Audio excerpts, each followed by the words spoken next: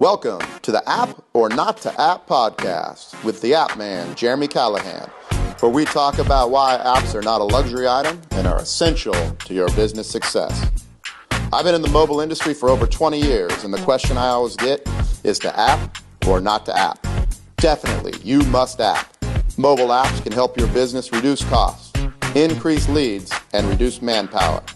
An app is not a luxury item, it's a necessity. So let's get started making you money.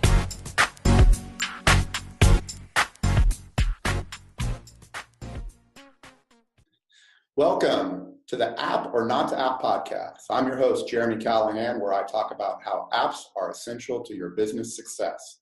I love giving tips, strategies, and introducing you to interesting people who have achieved success. And this week, I'm bringing you Steve P. Young. Steve is the creator of App Masters, and he has a plethora of content on his website. He's got a podcast, YouTube videos, an online course, and he does this thing called App Masters Connect, where he brings together experts in the app development, app marketing field, and he masterminds with them. And he's not just bringing experts together, he's an expert himself. He specializes in getting people featured in the App Store, and we're going to talk about that. App Store optimization. And the thing I love about your podcast, man, and your videos is you give really good free information. He's an absolute natural teacher. And look at that smile. That's what brings it, man. It's the lighting. The lighting helps. Welcome, Steve. How you doing? Thanks, Jeremy. That was an awesome intro. Thank you so much. Like knowing a little bit more about Connect, like I love the way you put that together. I'm going to steal that. Yeah, well, I mean, here's the thing for my podcast. I always want to say, welcome App Nation. Is that your go-to? Yeah. What is up, App Nation? What is that? I think I'm like, dude, I can't say that. That's his thing. But it's like, anyways, man, great to have you on the podcast today. Thanks for having me on. Cool.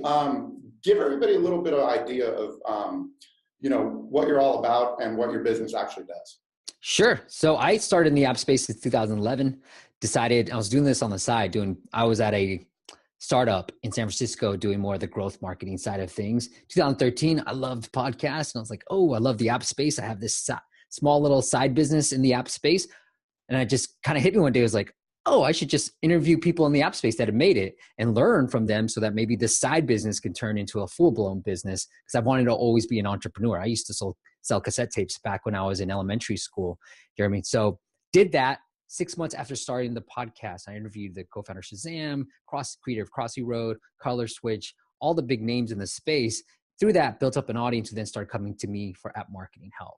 And so after starting the podcast 6 months later, enough started coming that ended up leaving that startup job to pursue this full time. And so what I sort of focus on is helping app businesses and being their like chief marketing officer and figure out like what strategies work from an ASO, Apple feature perspective. Different underpriced marketing campaigns is what I try to focus on. Right. Cool, man. And I noticed on your website, you have a lot of like free programs out there as well as some paid programs. What can you tell everybody about those programs? Yeah, I mean, everything's pretty much, a lot of the stuff is free. And I put the paid program together just to selfishly document everything that we do, right? So if anything happens to me, shoot, it's all under App Masters Academy. This is my documentation for it. So it kind of serves as an SOP for some of my employees too. And at the same time, I'd be able to just say, hey guys, like if you want the inside scoop on and see like in a more structured manner, then that is App Masters Academy. It's a membership program that you can see with video courses that you can see everything that we do. But a lot of this free stuff and a lot of the really good stuff is already on YouTube for free. Yeah. So if you're able to follow all that stuff, it's pretty much, I would say like 75% of it is already on YouTube. And then it's just not structured, right? So unless you're like following along and kind of following all these little things, then great. But if you're not, then, it's more structured under the Academy. Cool. Yeah, I'm reading this book by Gary Vaynerchuk. Yeah, and he basically said, what's that? Whatever the newest one is. Yeah. Crush It. And now it's Crushing, I guess. Yeah. And basically he said that if you want to go and look for all the stuff that I'm talking about, it's free, but I just put it into the book. So it's nice, in a nice digestible format. So right. Like you. Cool, man. Where are you from, by the way? I'm in the Bay Area. So I grew up, but I was born in Burma, Myanmar, came to the Bay Area when I was 6 years old and been here ever since.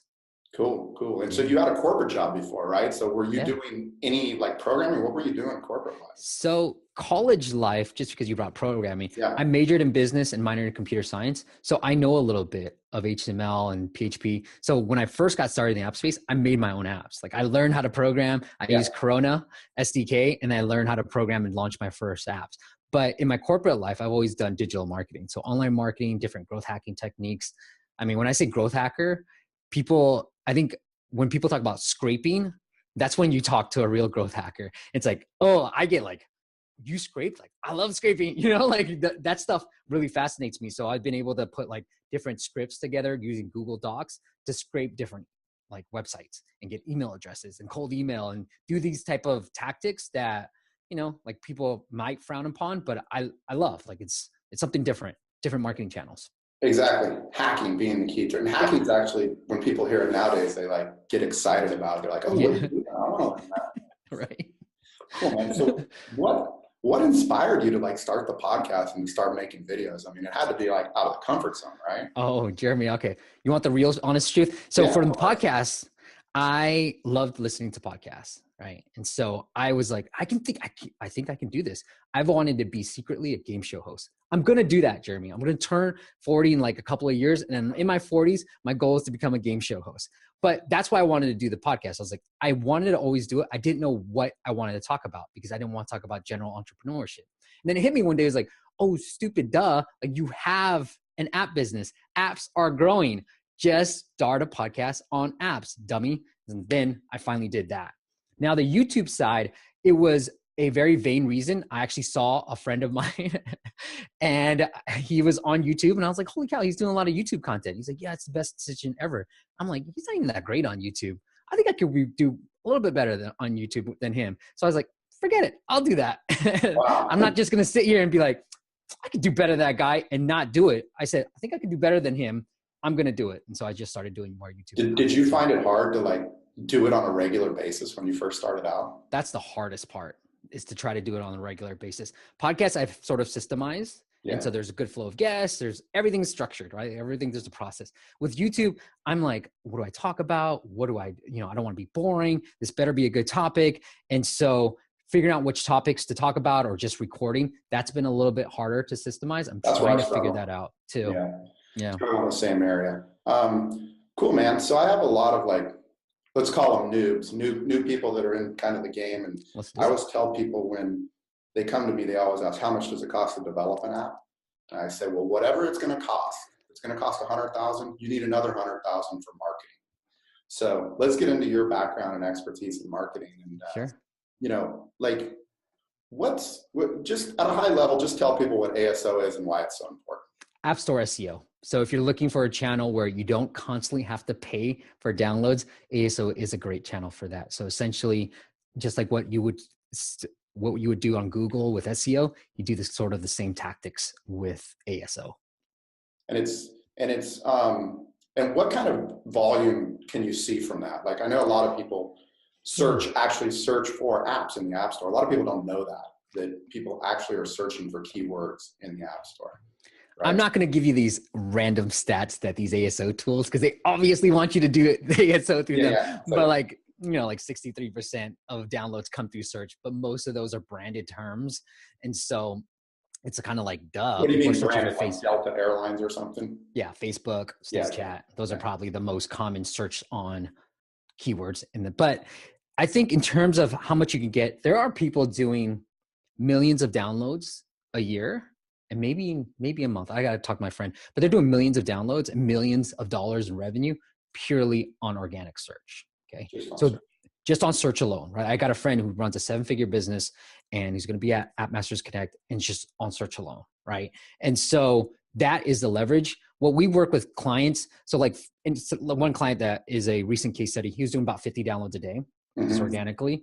And you can do that within iTunes Connect. You can pull the downloads by search and we double that to 100 plus downloads. My bigger name clients who are doing thousands a day, we went like 10%. So that was like, I put this little ASO calculator, but that's like 100 more downloads a day that we got from. That's about 3,000 a a month. And so it's like, you start building it up. And so as you get more downloads a month, I think that percentage increase becomes smaller. But if you're doing like 10 to 20 to 30 or 50, doubling those downloads is pretty easy with ASO. Yeah. And are you mainly, just for the people out there listening, when we talk about ASO, it's mainly the title of the app, the description of the app, and then the keywords. Are you also talking about the splash screens and the screenshots and stuff like that, or is that separate?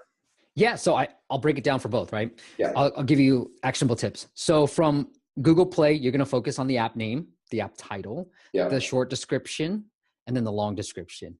The two biggest impact that we've seen is just by optimizing the app name and the short description from Google Play's perspective. On iOS, you have the app name, you have the subtitle, and then you have the description. What we've seen is we usually just optimize, in the keywords field, right, where you have 100 characters. So we optimize all three, the app name, subtitle, and keywords. And then we've seen pretty good growth just using that. We don't touch the description too much. So you want to get those keywords right. All right. Secondly, after you've done that, you've optimized your name for actual search and downloads. Then you definitely want to look at your app icon, which is the first thing I look at, and then your screenshots.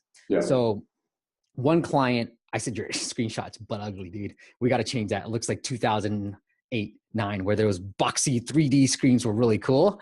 And so I was like, you got to stop that, man. Grow up. It's flat now. It's all about flat design. So we redesigned his app icon. And then on Google Play, you can A/B test, live A/B test. So he's doing pretty well on Google Play, thousands a day, right?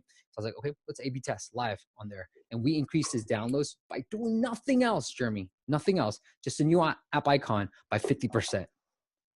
Awesome. That's I just want to make sure everybody out there heard it, because you said it kind of fast. Was you mentioned A/B testing, and one of the things you say, and I've heard you say it in your other videos, is that you have a listing in iTunes and you have a listing in Google Play, so you can do different things in both and actually see if one is having a bigger impact.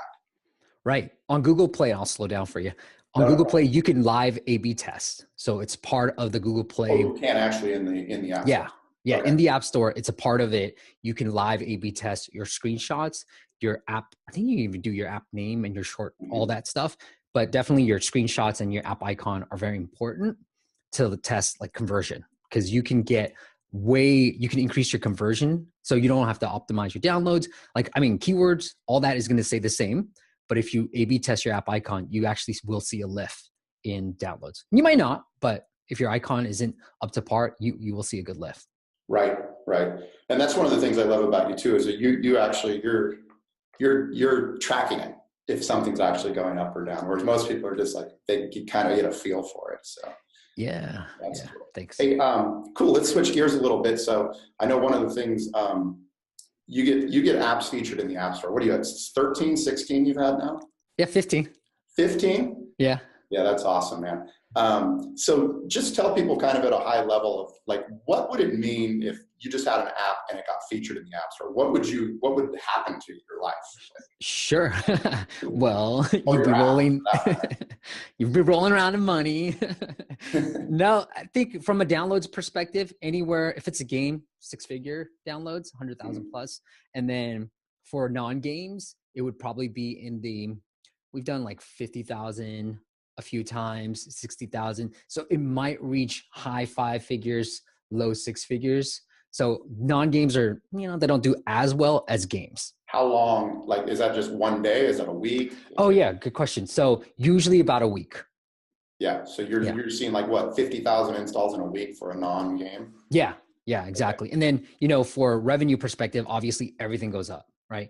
I can compare, like one of my clients that I'm referring to right now, we did a bunch of different things. So we did product hunt, we did the pay to free campaign, we did a Twitter influencer campaign, and then we did an Apple feature. We got him an Apple feature. So we're able to do about 1,000 on product hunt, 2,000 using the Twitter campaign, 12,000. Yeah, 12,000 doing the pay to free campaign. So this is for a meditation app, and then about 50,000 plus for an Apple feature. And then pay to free and Apple feature, you saw an immediate increase in subscription revenue, like boom. right? Right. And so that's the impact. It's just not just the downloads impact. It's just when you get featured by Apple, people obviously believe that it's a good app because Apple's featuring it, their editorial, and then they're obviously going to subscribe a little bit more than usual. Yeah, and obviously you gotta pay and do the legwork to get featured in there. But I mean, the return on your dollars has got to be substantial if you get to that level. Yeah, it's hard, but once the way I feel about it is it's hard, but if you put in the work, it will happen. And so if you're trying to do PR versus an Apple feature, which both are very much editorial, then go for the Apple feature because the PR might not get you the downloads that you're looking for, whereas an Apple feature will. And they're very similar in that you have to tell a good story, you have to build a good product, and then you have to hopefully get somebody on the editorial team to say yes. Right, right. And so if somebody comes to you and they want to start this process of trying to get featured, when do they start? They're not going to start once the app's live, right? When's the ideal time to start this process? For games, generally, I say start it before you launch. So Apple will ask for, if you go to, I'll give you 2 tactical tips here. Google has this too, although you have to do some Googling around, but Apple has this website called appstore.com/promote. And it's just this huge form. It's a generic form. Actually does work. People have watched my YouTube videos and gotten featured by just filling out that form. You want to fill out that form. On that form, it says 6 to 8 weeks. So if you're a game, one of the games we got featured in November of 2017, it was Game of the Day. We pitched them 6 weeks before we're about to launch. Now, Jeremy, the game was ready. It was ready. We could have made it live the next day. It's already approved in the App Store. The developer was very patient with me. I said, look, this is a new process. They're asking for 6 weeks. So let's give them the 6 weeks. Okay. So he said, all right, cool. Boom. 6 weeks later, we're going to launch. So you got to fill out that form. If you're a game, you want to do it before you launch because I don't see too many games being featured that aren't brand new. All right. That's the only reason. This is my gut saying it, not anything else. For non-games, I don't think it's as important. Right? You can get featured any time you want. That meditation app, he was out years before we started working together. We were able to get it featured. So when there's a significant update or something's new, you're able to get that featured. And our latest app that was featured this last month, January 2018, it was a non-game and we got it featured. We did pitch them before we're about to launch, but it's not necessary. Right. No, that's cool, man. I dig what you're doing. It's really awesome. So obviously you work with clients, you have, ASO, the App Store features. Are those kind of the 2 main things you sell to clients? What do you have other stuff as well? No, in 2018, we started rebranding because I didn't want to be known as just these tactical things. As we started to see success stories develop, even when they didn't use us. So one client, we said, hey, do you have a recommendation for this for Snapchat? And I was like, yeah, go check out these guys. And they've done phenomenally well on that. So we've sort of rebranded to be more of a chief marketing officer role where we just help clients with what we do best, but also consulting them to see what the right strategy is for them. Cool. And do you do anything like before I'm launching an app, like maybe 2 months before, do you help out with like social media and stuff like that? Can you do campaigns to get more followers or stuff or interest, I should say, before we launch? No, I don't execute on that. I don't execute, but I can tell you. That's what I feel like I'm good at, Jeremy. Like I'll be like, yeah, you want to grow your Instagram following? You should check out these guys because I've used something similar or I've heard from these other people. And I'll just be honest, like I heard these guys were pretty good. We might want to check them out. So it's like being in the marketing space, we have all this knowledge and then just being able to figure out which app and what marketing channel makes sense for the type of app that you have. Yeah, I saw an app and it was like, it was like text. Basically, it sends you a positive text every day. I forget the name of it right offhand. And I looked it up and like, I actually looked at their Twitter and their Instagram about a year before they launched. And like, they were starting these challenges like, hey, a 10-day challenge, send a family member a positive message. And then the next day it would be like, send somebody that hates you a positive message. And it was like these challenges. And they were getting like, they had a couple 100,000 users when they, like on all the social channels when they launched. I was like, geez, pretty good idea.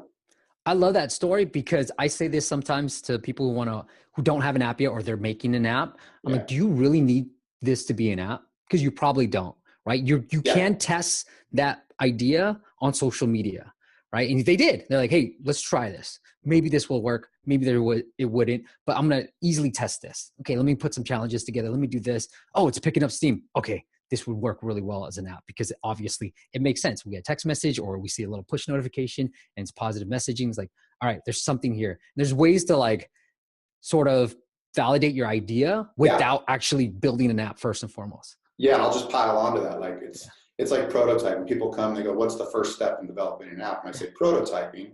And they go, oh, cool. Well, how can I prototype? I was like, well, back up. There's a lot of ways you could. What are you going to test first? What are you actually assuming? Like, well, that all the real estate agents will use this app. I'm like, well, how are we going to make a prototype that could actually test that assumption?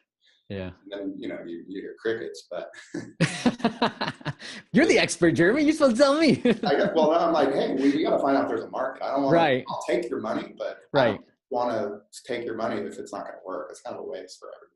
Yeah, I like that. I like that approach. So the last thing I want to talk to you about is this networking, man. I think you're crushing it over there with the, what is it, App Masters Connect, you're calling it? Mm-hmm. Mm-hmm. Yeah. So tell us about, what was the nexus of that idea and what you've seen kind of come out of that? The nexus of the idea was, so I left my startup job because I joined a mastermind. I would say it's the primary reason, because what happened was I joined in 2013, July.